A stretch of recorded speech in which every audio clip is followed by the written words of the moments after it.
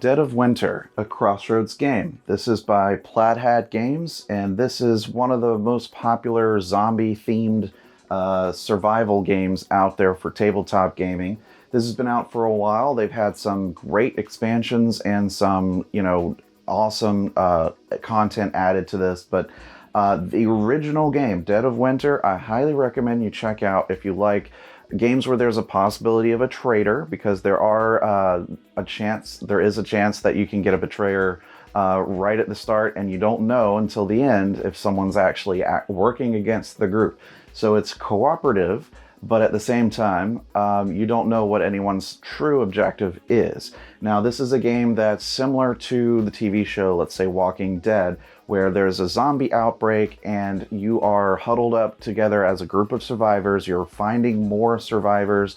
You're trying to provide enough food for them to survive an ongoing apocalypse, keeping out zombies, and you have to go out to nearby locations like the school and the hospital, the library, etc., to forage and search for items, weapons, food, those sorts of things. And at the end of every day, there's certain things that you have to work together on, like a crisis card or crossroads cards that are drawn. These scenarios that kind of happen, the group has to decide how to handle it, and if they can, because they have to be able to scrounge up enough supplies to solve that issue. Now, if you're the betrayer in the group, of course, you're going to be trying to subtly or secretly undercut those objectives and make sure that those supplies are used up and maybe certain people get killed. There are a lot of ways the game can end prematurely. Of course, if you can complete the main objective for your scenario, then obviously that'll end the game. But whoever wins is basically determined by, did you accomplish your personal objective? So there's each player has their own objective. Most of the time, those objectives are going to be positive or not, detrimental to anybody else. But there is that chance for someone who says, if you're the betrayer, everyone else has to die, or, certain things like that.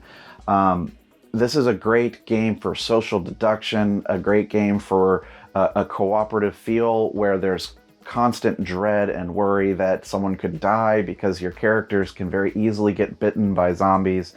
So you have to be able to kind of manage your party's resources very well and decide together how you're going to allocate those things for any given day, and make sure that they're all enough for you to survive and get what you need to continue and achieve your objectives.